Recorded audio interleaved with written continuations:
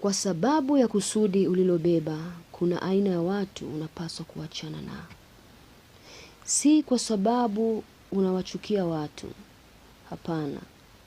Ni kwa sababu ya kusudi ulilolibeba na aina ya kusudi ulilonalo. Haliwahitaji watu wa aina hiyo. Hata kama utajiona ama itafika mahali utabaki peke yako kwenye hiyo safari ya hilo kusudi, isikusumbue, usiogope. Songa mbele na Bwana. Kusudi ni baina yako na Mungu kwa wakati huo. Simama imara, kusudi la Bwana litimizwe na wewe. Kusudi ni baina yako na Mungu.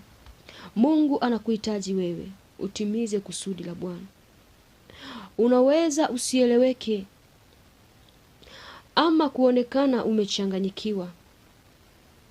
Isikusumbue, haijaanza kwako. Hata wakati wa Nuhu akijenga safina, alionekana amechanganyikiwa, ijapokuwa mpango wa Mungu ilikuwa ni kila atakayekubali kuingia ndani ya safina ndiye atakaa salama. Ni kama hivi leo, mlango wa rehema, mlango wa wokovu upo wazi, na watendaji shambani mwa Bwana ni wachache. Sauti inaita, tubuni, mrejee kwa Bwana, ukaiache njia yako mbaya na kumrejea Mungu wa rehema, naye atakusamehe na kukuosha kabisa, wala hata ikumbuka dhambi yako. Kama ilivyo mbali magharibi na mashariki, ndivyo alivyoiweka dhambi yako, na wala hata ikumbuka tena. Wewe mwenye kusudi la kuonya, onya. Wewe mwenye kusudi la kukaripia, karipia, la kukemea, kemea, la kuhubiri ya kwamba Yesu anakuja, Yesu yuko njiani, Yesu yuko malangoni. Simama katika kusudi la Bwana.